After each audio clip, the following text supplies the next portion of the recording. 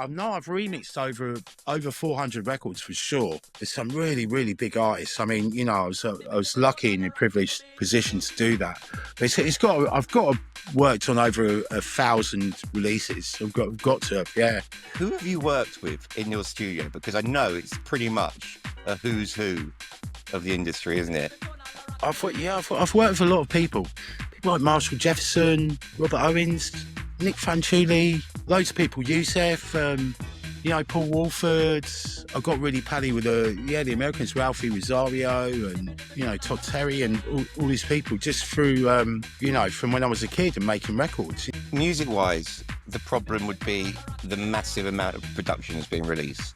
Is that the big major problem? Saturation as such. There's a lot of good music being made out there, but a lot of it's getting missed. He goes, how do you feel about writing the Trainspotting musical with me? And I was like, okay.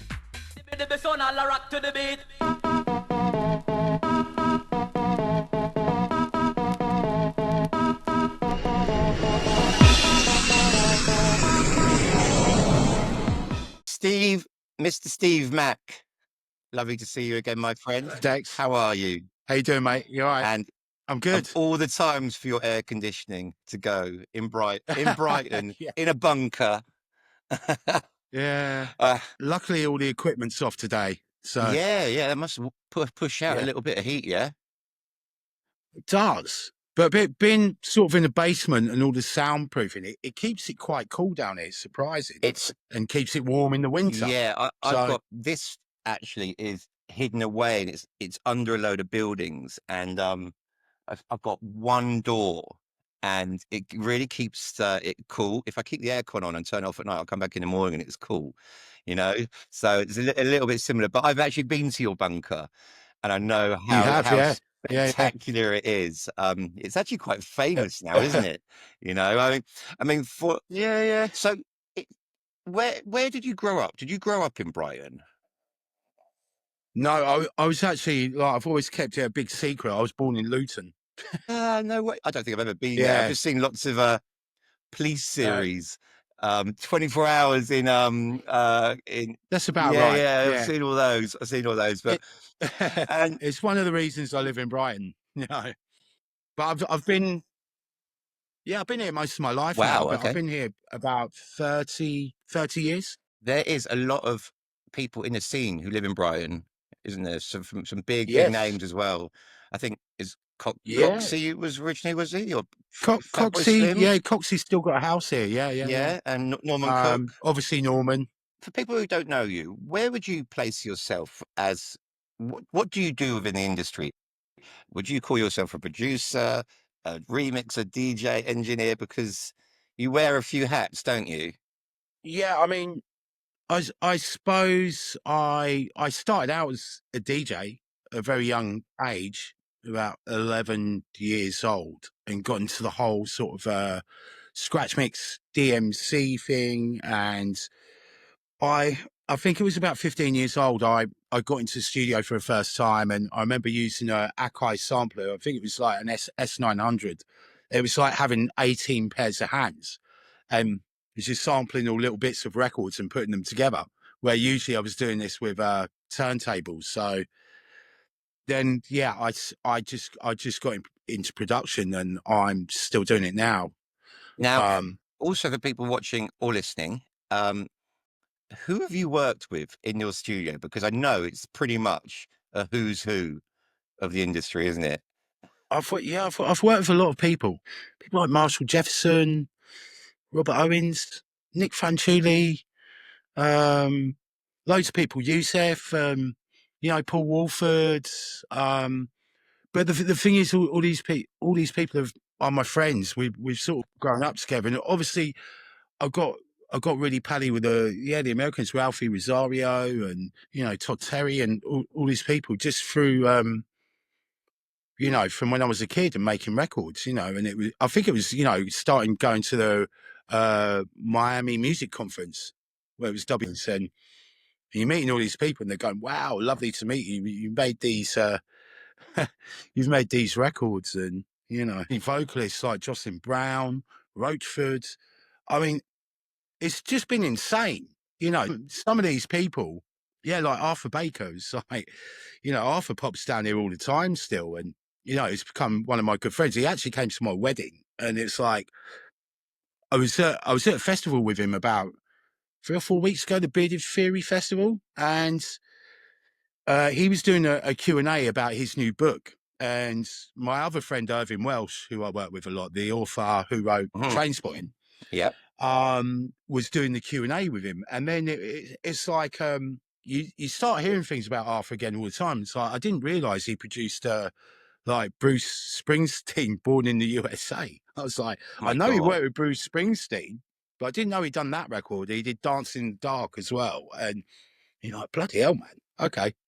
I'll Wow. shut up and I've just sit here I, quiet in the corner. I always do a lot of research. I know a lot of your background, but Yeah. last couple of days I've been digging through like your discographies and who you've worked with and stuff like that. So, and I was like, and I did it with Lange the other day as well. All right. Okay. I was like, oh my God, I didn't realize he was involved with that track. I didn't realize he was involved with that track because when I had vinyl, I just used to recognize it by the color of the thing. It's the artwork. I never used to read it.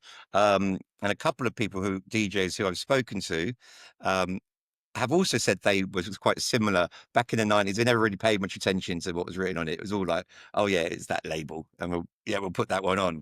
And sadly I got my records stolen, and so when I go back into the discographies now and I see the label, and I'm like, oh my God, it's that he was involved in that. And it's really, and Lange obviously was prolific, and you're prolific as well within the industry. And it brings back a lot of really, really good memories. And do you remember when you first like fell in love with music? Was there a particular time, or was it just in your blood?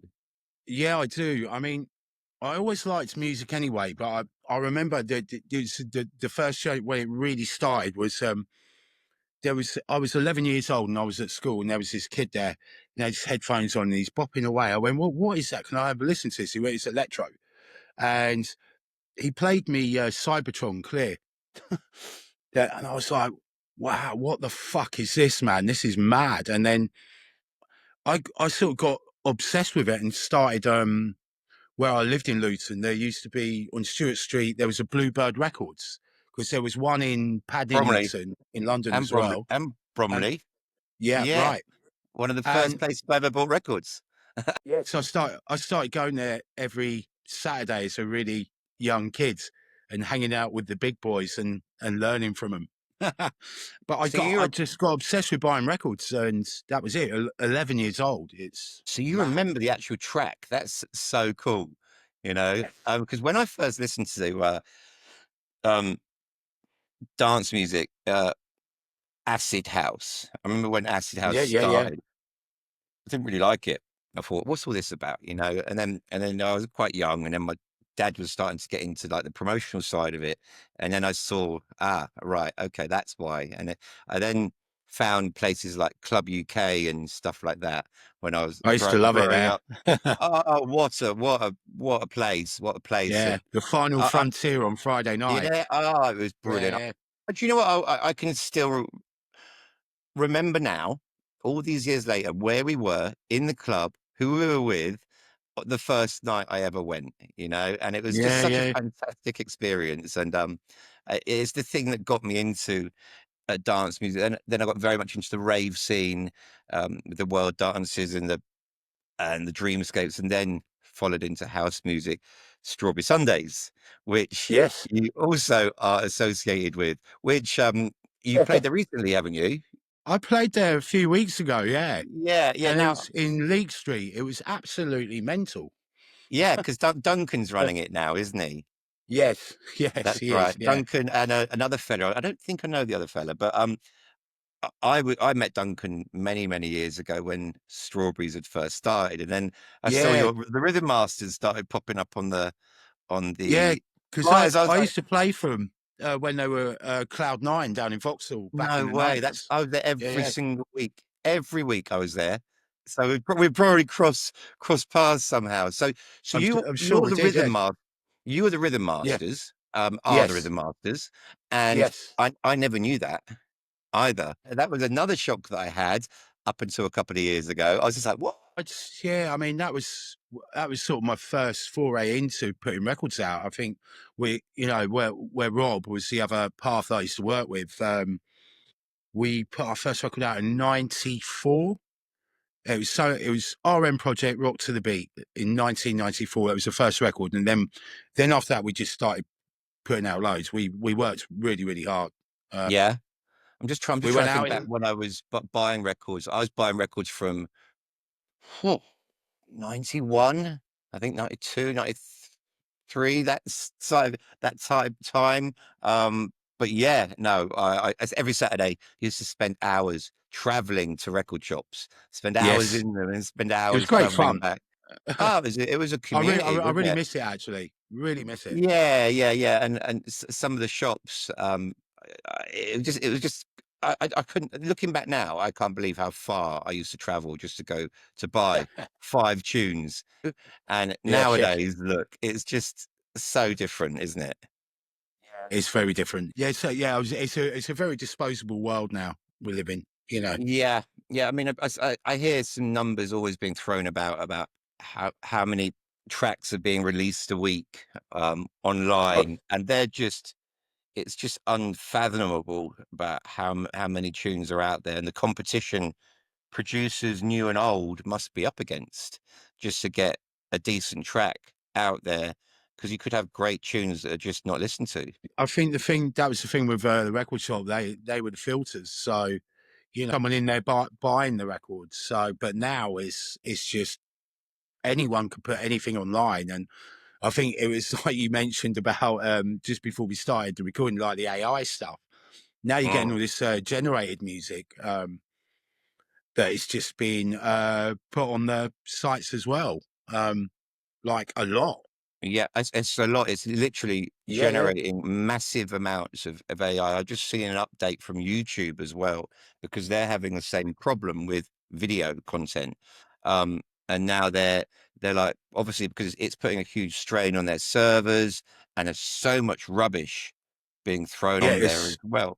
Because It's a once like, just for studios, for example, once they've found, right, we'll make this sort of track, they've got a machine that will just churn out tracks after, and the same yeah, thing yeah, for yeah. videos It's as well. So, Well, we had it AI. right.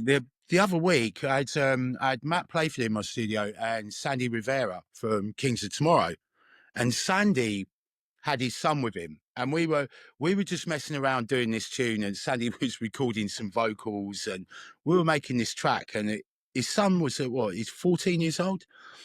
He went and he made this rap song on his phone using Suno, taking the piss out of the three of us, and he airdropped it to the computer in the studio and played it to us. I was like, Jesus Christ. And like, all the bottom end on the record and that, I was going, I put up an old Drake record that I know's like got that heavy bottom end. And it sounded bloody good. Then he went, look, I can make a deep house record like my dad does as well. And done it in about 30 seconds, putting some lyrics in it. And we're like, Jesus, man. Crazy, And crazy. Matt turned around to me and goes, "You see all this in here? Sell it." I mean, I God, do a lot of fucking brilliant.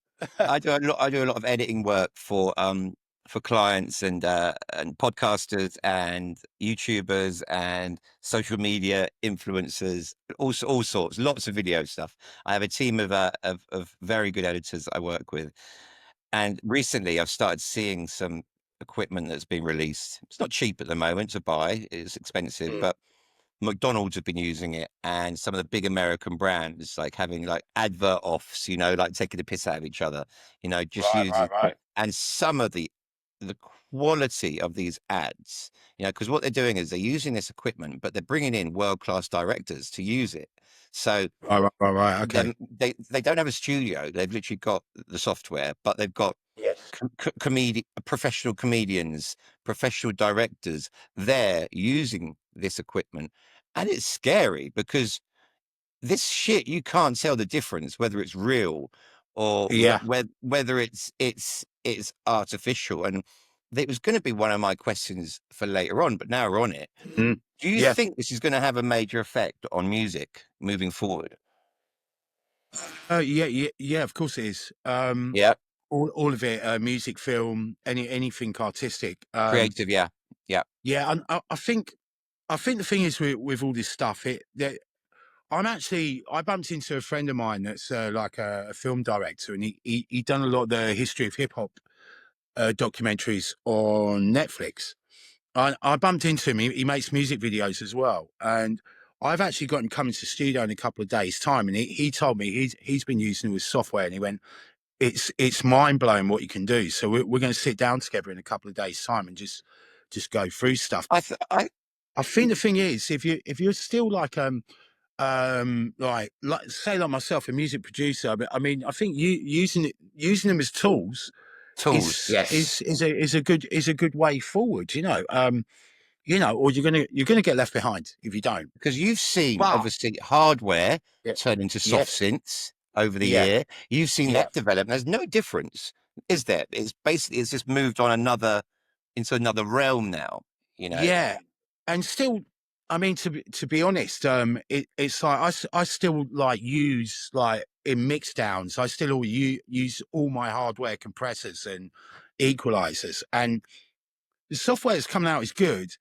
But the thing is, if I could change it for software, I would, because it's bloody the maintenance on it to keep it up and running. It costs a lot of money, and Yeah, I yeah, mean, and it's just like if you can have it just in a screen, it'd be a lot easier. But I do A/B tests all the time. Like if they've brought a Yuri 1178 out, for example, this new plugin, it's really close, and I do the A/B between the two, and it's like, no, it's not. It's not there. It's because just not there. you have the ear though. You notice those really subtle differences, don't you? It's like when Maybe because I've been working in this environment for such a long time yeah, that I'm used to it. And of course, the next generation coming up are probably not going to be as lucky as I was to be working in studios or situations where you get to use the real equipment. It's sort yeah. of the same as the synthesizers, really. There's like if you get a mini Moog that's on the screen and you get one in front of you, the difference is night and day. Still, it really is. Okay, that's interesting to And hear. people will argue that, but it's like it does the job, but I Yeah, don't know. Yeah, yeah. No, it's interesting because I spoke to. I remember when I went to Slipmat Studio, and yeah, he mastered a friend of mine's track, and he was like mastering it, and I was just like listening to it. I was like, and he was picking up on things with his ear that I couldn't hear, but he's got a trained ear for this. It's like, this is what he yes, does, and he mastered this as a favor for me. And then I spoke to Judge Jules the other day about AI. And he also said the same thing. He said, yeah, it's a tool, but it can't, it's not a trend setter. It's not a taste. It won't set what absolutely. people are going to be into. So you are very right. And my advice to anybody out there is you must take advantage of where AI is going because you're going to fucking get left behind. It's as simple as that.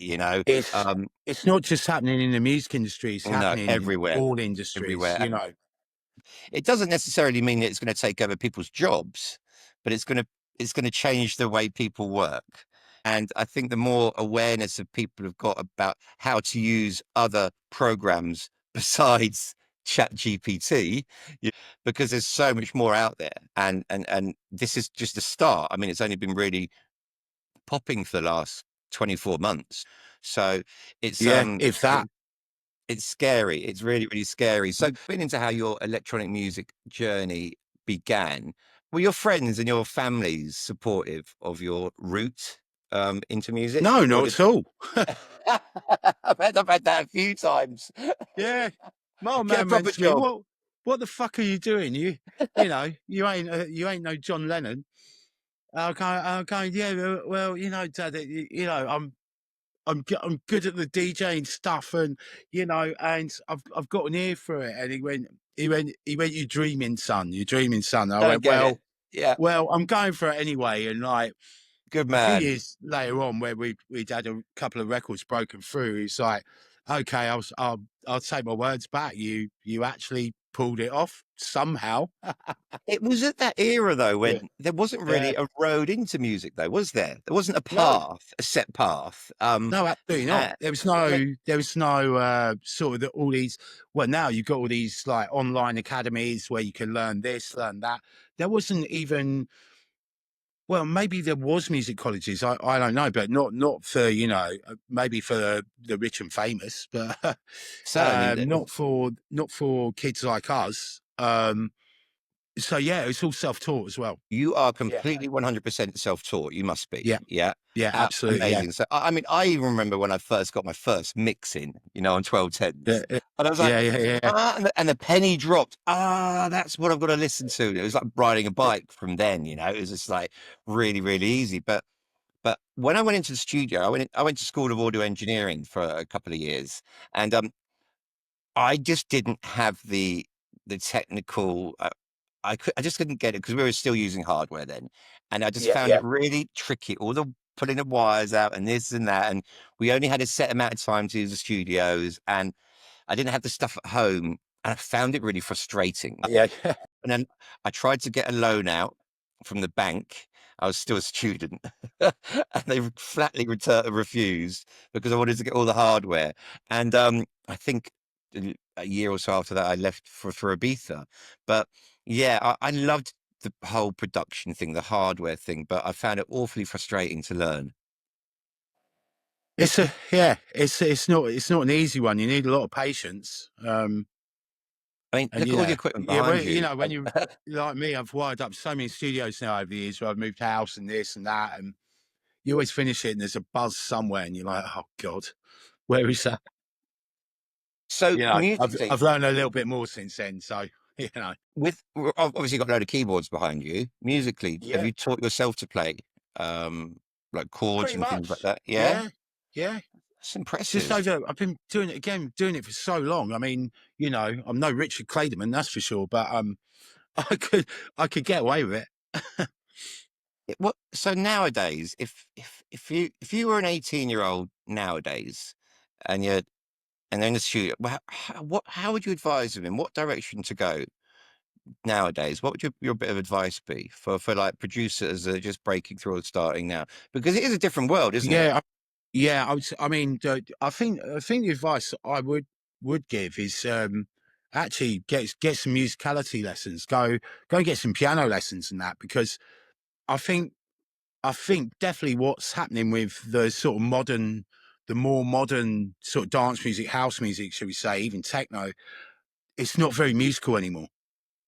If you go back to the 90s and you listen like the early techno, like Yeah, yeah, yeah. Underground Resistance, and it was amazing. It's That's what I amazing was into. records. Yeah, yeah. It's even down to the house music stuff, and especially where sort of the early 90s where the Americans sort of really broke it through. It's always really musical, and You just listen to the it's hardcore, the piano riffs, the famous yeah, piano riffs that you've got, and yeah, yeah, very yeah, musical. But now, when you do, just thinking about it now, just say if I was to go to Sona's festival, which is a time warp techno festival in August, it will be literally just, yeah. and It's then we just may hear doof some, doof doof, bit of and reverb, then doof doof doof. Yeah, and then we may hear some trance yeah, yeah, coming exactly. as Yeah, well, which yeah, has melody. That old trance, yet again, yeah. was from that era, and it had the melody. And these guys were musicians who put it together. So yeah, yeah. And I suppose that a lot It's of the kind of people, weird though, but they didn't have the sort of funk because all the drum programming was horrible. yeah, it's because now everything's more accessible. Anybody can do it. Yeah, So the kids yeah, can come along, absolutely. but Yeah, they're completely untrained. So the musicality is kind of maybe missing a little bit.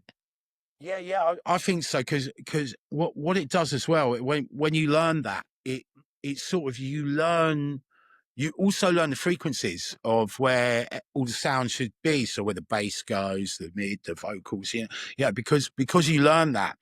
So what it also teaches you is to level your instruments better. So you become, yeah, you can sort of become a mix engineer out of it, like that, which is Yeah, yeah, yeah. something I also do as well. Yeah, yeah, you do One of your my, a bit of everything. So, I mean, yeah, obviously, you have a lot of equipment. Um, yes, are you still drawn to buying like vintage synths and drum machines, or have you got Yeah, enough now? yeah, I kind of stopped. I mean, I'm always still buying like little effects. And what was the last thing I bought? I did buy an old Lexicon PCM 81. It's about the third one I've owned, and I kept selling them and going, why did I sell that? They're great. And I got another one of those and a load of pedals recently and some. But yeah, I mean, sort of synthesizer and drum machine wise, I've got everything I need really. I don't really want for anything like that now. I mean, Yeah. it was a mad obsession, but I mean, I own SP 1200s, 808s, 909s, and MPCs. So I mean, It's like a museum, a yeah, musical museum when you go in there. If anybody hasn't seen the bunker, what you'd realize when you walked in, it's like it's such a sight. Do you still use all of that equipment? yeah, I do. Wow. Okay. Yeah, yeah, It yeah, yeah. just shows how versatile you are with your music still.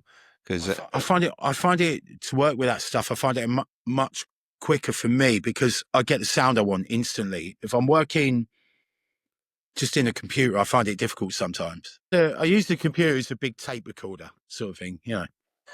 so I like to keep, so you still keep it authentic.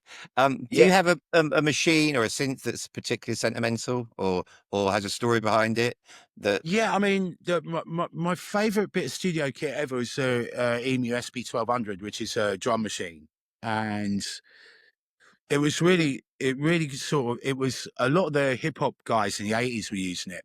Um, you know, down to Marley Marl, Dr. Dre, and all of like sort of like the early house rock was like Todd Terry was a big fan of that, Kenny Dope from Masters at Work, and it's just got this gritty sound and swing in the sequencer in it. I mean, yeah, it's a, you know, Daft Punk used that a lot on their Homework album as well. And so I got that piece of gear has basically sparked like a sound direction, you know, yeah, because of what it is. Right. Okay. That's interesting. It's like a yeah, and Roland 909 and things like that. exactly, yeah. And Okay. I got my first one in 1995, was it? And it was brought over from a vocalist from Chicago called Candy J. She was coming back forwards, and I went to the next time you come over. I said, you can get us a SP 1200, can't you?" She went, "Sure can, honey," and she did. Brought it over. It was like $1,200. It was like bloody brilliant, and I've still got the same machine. About to ask if you've been through a Yeah, few. yeah. Well, I had a couple of spare, and because it was I used it all the time, and then I thought don't really need these because they're built rock solid, so I sold them. But this one, I think it was, yeah, the one I've got last year. It was like all the buttons now weren't working properly. The sliders were all over the place. So there's a guy called Jazz Cat that he basically overhauled the machine and made it like brand new again. Yeah, cleaned it all out, changed the sliders, Geniuses. buttons, Yeah. and yeah, recapped all the circuitry inside. So um, it's like brand new. It's brilliant.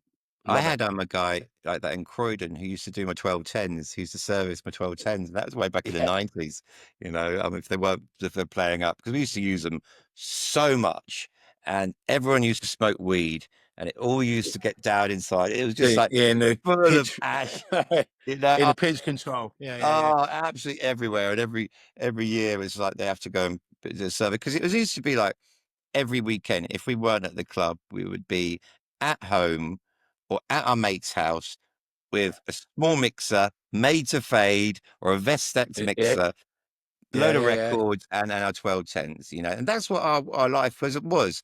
And then after we come back from a rave, we'd all be arguing over who's having a mix next, you know, Yeah, or it's back true. to back and all that lot. And I just fell in love with all of that.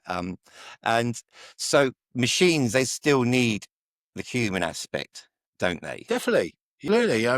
You know, there was a big argument. I think, you know, sort of late 80s, early 90s, and and the sort of the real musicians would come and go, well, you don't make proper music because it's all made on machines and Yeah, yeah, computers and stuff, and you're like, well, it's fucking music in it. And now you look at it, it's like even like all the rock bands now and everything, everyone uses Pro Tools to record it all. yeah, yeah, yeah. It's We had a we had a everything's we had a Pro Tools studio at School of Audio Engineering. We had a Pro Tools studio there. Um, yeah, my friend Scott, he was there. I used to live with him, and he was working with a lot of bands using Pro Tools, and that was way back yeah. in the 90s then. So, um, So every type of music uses computers now. So it's technology. It's the way it's gone. you do a lot of collaborations with people. You still do you get approached by a lot of people? I do. Yeah, and I suppose it's usually when you just sort of you meet up with people and you're chatting away and an idea will just flow and you go, yeah, come on, let's hook up and do it. I Yeah, mean, I have started a new project. Well, I'd say recently, but it started sort of start of last year. Working with a friend of mine, Scott Booth, and we've started this thing called the Sci-Fi Soul Orchestra, which we've actually done a disco album with Irvine Welsh for his book to come out, which comes out on the 24th of July, which is very good soon. timing. I was going to speak about Irvine in a minute, actually. Yeah, yeah. So that was we've actually done another album as well, which is more sort of like a house and techno field, but we it's nearly finished. There's just a few more vocals we need to record to have it to get it over the line, but it's very very interesting, and it's just a bit different to anything we've done before, which I'm really excited to get that out next year. But the because Irving's book was coming, we had to get the disco album done. Even though we started writing that last summer, but to get over the line, I was coming to the studio in January. I was leaving my house at about 4 a.m. in the morning every day, and it was a labour of love. It's You've got a very 10 strong vocal records. you've got a very strong work ethic. Because I know you're busy. I mean, bit like myself, really. I actually use my sofa behind me a lot of the time and sleep here just to get the just to get editing done and to hit Yeah. deadlines. And otherwise, it just wouldn't be possible with all our other projects that we do. Well, I've got so much equipment in here now. There is no sofa anymore. Ah, It had to that's all go. gone, is it? Yeah. So you just come back from Ibiza. You were at 528, weren't you? Yes, I was. Yeah. And so that was with Irvine Welsh and Carl Loban, correct? And Dave Beer. Yeah, Dave Beer, of course, yes. Yeah. How Back to did basics, that? Dave. How did that all come about with the Irvine Welsh and the Carl Loban connection here? Because is that Right. involved with what was it called again? What was the name of Jack the said what? Jack said Yeah. what? Yeah. So I So keep on I thinking James. I don't know yeah.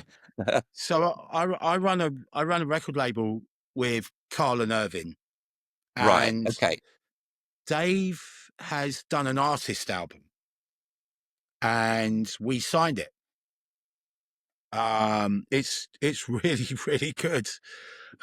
Dave is he's a super talented artist. Dave, you know, I mean, we all know that and love the Dave Biro that we know. The party animal, the king of clubs, back to basics, I mean, he's a that kind legend, of isn't thing. he? But Yeah, yeah, yeah, but yeah. if as an artist as well, his paintings are unbelievable, and he made this album with his Dave Beer and the Blessed, and he's worked with a guy called Gareth Whitehead. Gareth is from Scotland, Glasgow, and he runs a label called Bullet Dodge Records. Gareth is a talent in his own right as well, but these two come together and made all these records together, and it's really sort of like it's really underground, really really really cool stuff, and that is literally coming out. Well, I know we're speaking now. I'm not sure when this is coming out, but it comes out in 2 days. Don't worry, it'll be out. It'll So, be out by the time this is out. yeah. So it's out now. Awesome. Awesome. Well, what we'll do is we'll drop the links in below for sure. And so Carl, he is if I get this right, he's editor in chief of DJ Mag, isn't he? That's right. Yeah. Right. Okay. I've never met Carl. But yeah, I've seen him floating around on social media as such. And has there ever been a collaboration that you've been involved with that has really pushed you out of your comfort zone? Obviously, you mentioned something there where you were leaving at 4 a.m. in the morning, and that's a hell of a lot of Right. work. I think. Well, yeah. I mean, the, right. The biggest one today was like where me and Irvin have been working together for quite a few years, and he called me one afternoon, and he just had this meeting with Phil McIntyre, which is they're a big like West End company that do big shows, and he goes, "How do you feel about writing the Trainspotting musical with me?" And I was like, "Okay." And I was like, "Okay." So it said okay in that, and then you're thinking, right, well, what's actually going to be involved with this? And but we wrote all different types of music for it. So it's like we've got heavy metal records in there, um, jazz records, disco, country and western, And you make all R and this as well, B. do you? Or do you bring other people Li- in to assist with that side? Or no, Irving wrote the lyrics, I wrote all the music, and then we bring in musicians as well to yeah, play yeah, the yeah, yeah. parts. And yeah, I mean, yeah, they loved it, and it was in its third rehearsal, April just gone. And Okay. now they've brought the show on so much further now. With um, bringing in like someone to score it all, which is and someone to like harmonize all the vocals, like so all the actors, actresses. A lot of It's work, isn't it? unbelievable. It's a It's a huge lot of amount work. of work. Yeah, yeah. Then there's still Y- the stage set that's got to be built and all the stuff that kind of like I'm not involved with. You know what I mean? that's going to be But amazing. So that it's been obviously, a long journey. It's been about yeah. 5 years already. How did It's you so, meet Irvin Welsh? we met in Amsterdam when we were really drunk. No, not at the conference Yeah, at yeah, it was at the ADE. conference, ADE. Yeah, Yeah, that place has a lot to answer for. yeah. I was sitting at a table chatting away to him, but I can't even remember what we were talking about. And then we met again at the Brighton Music Conference, the BMC. Right. Okay. But then we really got chatting and that, and he was telling me all his history about music when he was involved in bands and that when he was a kid. And I said, well, I've got a studio in Brighton. Why, why? Because he was living in the States at the time. I said, why don't you come down? We'll go in there Sunday. And he went, yeah, sounds great. I said, there's only one problem though, because I've been out every night. My missus was like, she wants me at home this weekend. I said, but she's a massive fan. She's got a load of books next to the bedside. So I went, what's this?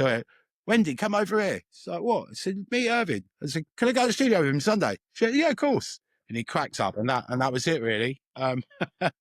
We've just become really, really close and good friends since. And He's been to a couple of our events in Ibiza. I mean, I know Nick said, oh, that's Irvin Welsh over there, and I always now I don't drink or that. I kind of keep myself to myself. Now this must be probably an unanswerable question. You must have no idea how many tracks that you've been involved with over the years, or do you? I haven't. God, that is a that's a tough question. Have you ever even I thought about know, it? I know. I know I've remixed over 400 records for sure. There's some really, really big artists. I mean, I was lucky in a privileged position to do that. But I've got worked on over 1,000 releases. I've got to have, yeah. It's That's it's an just. insane amount of work. Yeah, I was looking basically into your dedicated my background. whole life to it. That's Yeah, what happens. It's once you're in, you're in. There's no getting out. it's You in your know. blood, isn't it? You know, Yeah. like I always say when I'm promoting events, it's my last year. It's my last year. I'm not going to do it again. And yeah, straight back at it the next year. You know, it's something that's in the blood. I think there is a bit of stress that goes with it, Oh, and hard absolutely. work, and also especially in the music industry, the goalposts they keep on changing all the Yeah. time, Yeah. and that frustrates me because you feel like you're getting somewhere, and then all of a sudden this massive wall will come up, and really got to repossession and go around it and then figure out how to go about things next, especially with events, Yep. because obviously it's becoming much more commercial. Music wise, the problem would be the massive amount of production that's being released. Is that the big major problem? Saturation as such. Yeah, and I think it was going back to what we were talking about earlier, having filters and stuff, and I think there's a lot of good music being made out there, but a lot of it's getting missed. And so like you're saying, it is driven by the corporate machine a bit more now. You know, and it's not really underground anymore, is it? You know, it's a big commercialized thing now. If you want to sort of break through that area, say if you're a young producer and you like the solid groove sound, say if I was that young producer, I would go to all their events and get to know them all and become Yeah, friends yeah. with them. That's the only way. That's how we did it back in the day, wasn't It it? is. You know, Yeah, and to get a gig that hasn't anywhere. changed. Yeah, yeah. And most of the time, all these people, like you can approach them and like they'll see you at the events all the time, and you'll become friends with them in the end because you're showing Absolutely. them support as well. You Yeah. know, I mean, to be young again, I mean, I yeah. was I mean, I every couldn't do that now. weekend. No, fuck that, man. I'll kill myself. Um, I was out every weekend. I mean, every Yeah, me weekend for too. years, Yeah, years and years and years. Not just like for a couple of hours. I mean, like Friday night, back at six, seven in out. the Yeah, morning. Out then Saturdays, then through to yeah, Saturday and onto the Sunday clubs. You know, yeah. obviously we So, were fueled by youngness, health, and youth, as I should say. But yeah, but that's the way that I found a lot of. And then I moved to Ibiza, and then I really started just like because I'd already done that in the UK. I managed to flourish in Ibiza because I was amongst my own there. So yeah. and that is straight away I started putting on um, events. So is there any one track that stands out for you that you've been involved with over the years? Oh God. I that's another tough one. Uh, yeah, it's a bit weird with your own music, really, because you get so sick of hearing it when you're making them, because you hear it thousands and thousands of times. Because It's in your head over and over I again. it's even with this disco album when I was like I was saying, I was doing all these early starts. What I was doing was taking it home on my laptop, and I've got a little setup at home as well. And I was doing all the vocal editing at the weekends. Hmm. And my wife went to me. She went, bloody hell! Why do you keep playing that same 2-bar loop of the same voices? And I went, because I'm timing it all and getting it all. I said, this is what it takes to, it was driving them mental. I can completely identify with what you're saying Yeah, because I have the same at home. I take some of my yeah, work home, editing yeah, work, and it's more video editing. But sometimes it will slip out of. It won't be in sync, with the lips, and there'll be stuff that isn't right, and I'll have yeah, to keep yeah. on working on it. But my little one, my 5-year-old, he steals my headphones because at the moment he's banging to side trance.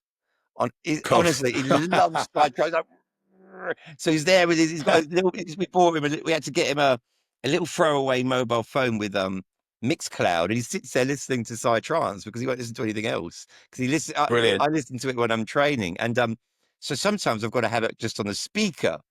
It drives her indoors insane. Yeah. 'Cause I've heard that so many times now, and and now when I'm listening back to those particular things on YouTube or whatever, it annoys me. I've got to press mute, because I've heard it so many times. So I can really identify. Is it correct? Because I did a bit of digging. Did you work with people like Michael Jackson on and In Excess and stuff like that? Yeah, I remixed them, yeah. Um, Wow. Okay. the In Excess one was a really interesting story. Because there was a record we really wanted to do, but off the DAT tape, I got the name wrong of the song. So we ended up doing a track called Girl on Fire, which it wasn't the strongest one. We wanted to do this other one. And then we did the remix, and it all got accepted. Everything was good, and it come out. And then he died a couple of weeks later, Okay. Michael Hutchins. And we got pulled in to do a Radio 1 newsbeat about something else, and sort of got tricked into going, oh, what did you think about, Michael Hutchins dying? And I go, of course, it's really upsetting. And, because we'd just done this remix, but they edited the words so much that it made us come across like a couple of, do you know what I mean? It was Oh awful. no. Yeah. And we were driving through London. Our manager was driving us through, and we heard it on the radio, and we were like, "What the fuck is that, man?" And In Excess's manager rang my manager, really upset, and then we had to explain to him what happened, and it was just awful, because we didn't want to promote anything out of someone's death. It's just terrible.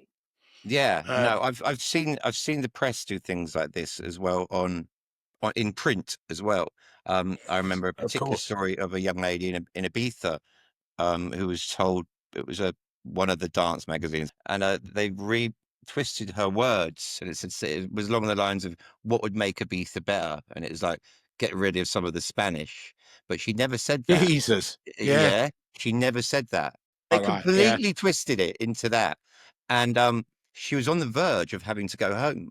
Yeah, I can see how that could have easily happened. And when you edit stuff, even when I'm editing like vocals, you can make things sound completely different I and know. natural, can't you? Yeah, How did I've been times impressed stuff like that, and it's just horrible. how did you end up dealing with that? Um, well, it's like my manager spoke to their manager and just explained, and then they were cool, and there was nothing else we could really do about it, to be honest. Yeah, just let it disappear. Let it just go Yeah, away. Yeah, it's yeah, good old press for you, eh? The yeah, British press, the most brutal in the world, awful. without that. I mean, I've got American friends who just said they can't. They thought the American press was bad, and then they moved to England. Yeah, And saw how they bad. Um, yeah. The Sun, News of the World, brilliant. yeah. How do you see? So we've spoken about this before. Where do you see the future of music production going? Um, the future of music production. What I'm finding at the moment, the music that's out there, I feel it's going backwards a little bit. Production side, I think it's going backwards. And I think that's coming down to like I was saying about the equipment being used and plugins Uh-huh. and stuff like that. You know, I'm I'm a mix engineer as well, and I mix records for my friends, and the reason they come to me is because I still use all this stuff, and they can get their record into a good shape and finish it off, but just getting that sort of last, I don't know, 20% and getting the sound right. Um, it's a good call to sort of do them things, but there's not a lot of mix engineers that sort of use all this stuff anymore. I mean, I still master to tape. Wow. Oh Yeah, my but lord. it gives it a sound. It's great. But yeah, all right, yeah, I went off key a bit with that one there. Where to see the future of music production? I don't know at the moment. I mean, me personally, I'm just with this new project I've started with my friend. We're just striving to make really, really good records, Yeah. um, and we're doing the best we can, and I'm really happy with the results. But that's just the future of what we're doing. On the whole, I don't really know because all I seem to see at the moment online is people playing classics and loads of fucking drum rolls. Every time you go on Instagram, it's just someone doing a drum roll and then it kicks in and it goes into a bit of a nothing, and it's got a classic vocal in it that's been used a million times, and it's Yeah. like familiarity at the moment. I've also noticed something online. I don't know whether you've picked up on this. Is you'll read like p budding producers saying, "Oh, I've created 5 tracks this week, and I'm like, Yeah. okay, but shouldn't it just be one really great track? I never, because when I was at SAE, I never remember there being any emphasis on speed or you've got to do this quickly. You know, it was always on quality. Yeah, And yeah. I now mean, it seems to be on how much you can do in a certain amount of time. And I'm just like, wow, that it seems a I bit. think sometimes though the quick ones are the best. I mean, we were working. I was back to this project again where I was working with Scott last year. We came up. We did about 4 days, but there was solid days. But we weren't going full on the production but we were just getting the ideas down, and we got about 10 tracks done. Of course, then it took us months to finish them off, but the ideas there. You have decades of experience behind you, and when I see this, is Yeah, sometimes young producers going, "I've done 30 tracks this month." I'm just like, "What?" yeah, yeah, You know. But I have seen that quite a bit, and then yeah. I've and I thought, sampled is it? 30 tracks this month. Yeah, yeah. Is this like a new thing? Also, with your experience with hardware, have you ever been involved with the design of any hardware at all, or consulted? I've consulted. I used to consult for Pioneer. Um, Okay. yeah, and with the DJ stuff. I think it was like the RMX 1000 Yes. and Yes. the D. What was the mixer? Was it the 900? DJM 900. It's quite a few years ago. Mhm. And yeah, they used to come pop down to the studio and bring the Japanese guys over as well, and they all sit there making notes, and it was mainly they'll come up and they'll go, "What do you think?" And I was going, "Look, I think the mid range is a bit too much in the reverbs and stuff like that. Just trying to sort of guide them to get the Yeah, best yeah, yeah. sort of Because sound they haven't quality got they the could." ear, have Yeah, they? They're yeah, brilliantly brilliant engineers, but at the end of the day, it's all down to your the sound, yeah. and your ear is trained for sound, whereas mine isn't. Mine's trained for. It's the same with I do a lot of beta testing as well. I beta test like plugins and then stuff like for Behringer, I've been helping them with their synths. So just beta test them and like find problems with them, and then go, look, I think if you did this or that, and I think the reason where they come to me is because I've got a lot of the original synthesizers as well, so Yeah, yeah, yeah. you can Are you there can many sort of A B them, are there many people like you left with these huge collections of synthesizers and equipment that are still used on a daily Yeah, basis? I know there's a lot of yeah, collectors. There's people that yeah. collect a lot, aren't they? But not actually in use, operational. I don't think that's Yeah, a I big think thing. there's still quite a few out there. That's Yeah, good. It's good to hear. yeah, definitely. Yeah, Yeah, yeah. Um, as talking extreme as me, I don't know, but of talking of AI, I almost yeah, spat my coffee out this morning. It was hilarious. I when I put questions together, I always write them for a guest, and then I ask ChatGPT, "Is there anything that would be good to add to these?" And sometimes yeah, they come out with some yeah, really belters, and I'm like, "That's an absolutely wicked question." Most of the time, I don't even ask what's on the questions. Half of the time, we just kind of cover it naturally. But one of it, did I write it down here?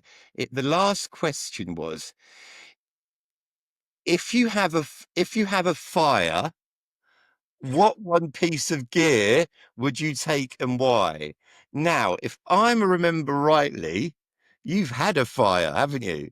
I did have a fire. Yeah, Yeah, and yeah, because you spoke to me about this in Brighton. When I see Chat GPT just spat this out, and that is a small world, They literally asked what, but because literally the fire brigade couldn't get in, could they?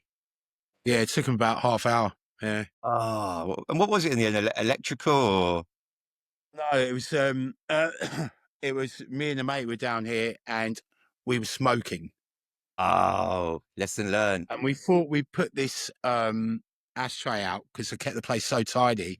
But it went in a bag where there was loads of record mailers and it caught a light and it went to this sofa that was flammable. Oh, no. And this is Yeah. this is the present location you're in, isn't it? Yes. Yes. And so Yeah, it took a couple of years to rebuild it. Yeah. so did you have to rebuild? Did anything get rescued? Bits and pieces. And you had like the sort But of yeah. collection you do today? Well, yeah, I've totally rebuilt it. But I think the thing that hurt the most out of it was the record collection. Well, I got mine Because, you know, stolen. yeah, Thousands. Yeah. Yeah, I yeah, know that feeling. And it was I gave up after that. yeah. I didn't DJ after. I moved to Ibiza. I was so demoralized. I got burgled in, I Wow. think, December, and I was in Ibiza in April the 7th. I was just devastated because I knew it had to be somebody that knew us, because there were several thousand records there.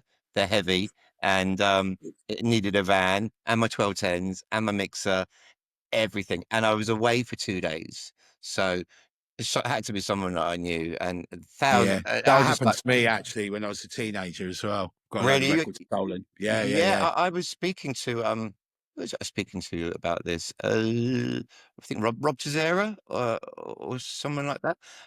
And he was like, I was like, do you remember that? There used to be there was a spate of this in the early 90s. People used to come back and their records were gone and their decks were gone. And but I remember clearly this happening quite a lot. But yeah, I got mine stolen very beginning of late 90s, and that was me gone. I was just out of there. But yeah, I feel your pain there, because the records are something that you literally Yeah. just grafted to get. God, Um yeah. and Well, you the know what? thing was, they were being thrown out in the skip, and I was going, shit, I played that one in Croatia. I bought that one when I was 12 years old. And, you start going through all your history of all Yeah, your gigs, because you just have memories of seeing them. And then I've just rebuilt my collection digitally now, but I've still got loads of records, and I've sort of been pulling them all out again recently. I've just got the buzz back, and I'm just going to start playing some vinyl sets locally. I've yeah. still got a load of vinyl as well. I, I, I love it. I love the old Yeah, the vinyl. And Slipmat was saying to me the other day that he's started going through some of his like Strawberry Sundays stuff, because yeah. he I was bet a he's got a strawberry. collection and a half. Yeah, Yeah, yeah. I can imagine. Yeah, I've seen his studio, and I think he says he's got them everywhere, absolutely everywhere. Um, so yeah, I mean, what would be your? I mean, obviously this podcast is called One More Tune.